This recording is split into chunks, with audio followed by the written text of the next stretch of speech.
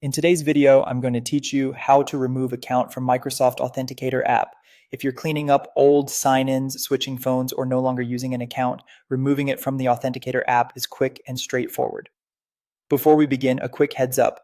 Taking an account out of the app removes approval prompts and one-time codes for that account on this device. It does not turn off two-step verification for the account itself. Make sure you still have another way to sign in, like another authenticator, backup codes, or a phone number, so you don't get locked out.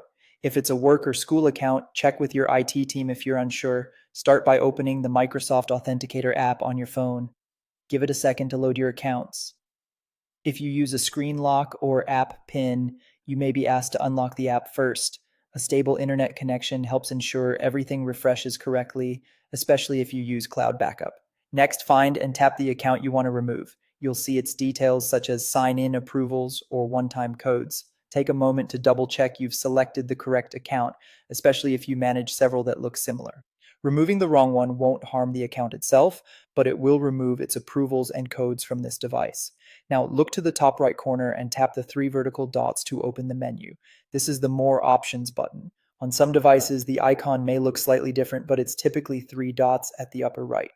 From the menu, choose Remove Account. This is the option that takes the account off your Authenticator app on this device. You're not deleting the account from Microsoft, just removing it from the app so it no longer sends approvals or displays codes here. A confirmation prompt will appear to prevent accidental changes. Confirm by tapping Remove Account again in the dialog. Once confirmed, the account disappears from your list. You'll stop receiving prompts for it on this device, and its one-time codes will no longer be available here.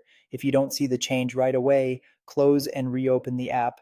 If removal fails, update the app to the latest version and try again with a reliable connection. Remember, if your goal is to stop using two-step verification entirely, you'll need to change security settings in your Microsoft account or your organization's security portal. Removing it from the app alone isn't enough. And if you're moving to a new phone, it's best to set up the account on the new device first, then remove it from the old one to avoid downtime. That's it. Clean, safe, and done. Thanks for watching, and I'll see you in the next tutorial.